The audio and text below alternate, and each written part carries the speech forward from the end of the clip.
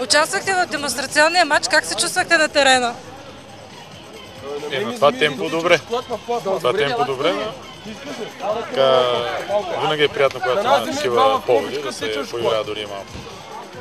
Все пак професионалисти срещу непрофесионалисти бяха. Така, чувствахте ли се добре или трябваше да намалите темпото, за да може да срещате добре топките на вашия противник? Не, горе-долу двата отбора бяхме така събрани смесено, ако трябва да съм точен, и се получи един приятен матч в тази жега. Който завърши? Който завърши на работа. На работа. А какво мислите за турнира? Възможността така наблюдах вчера и днеска от част от турнира.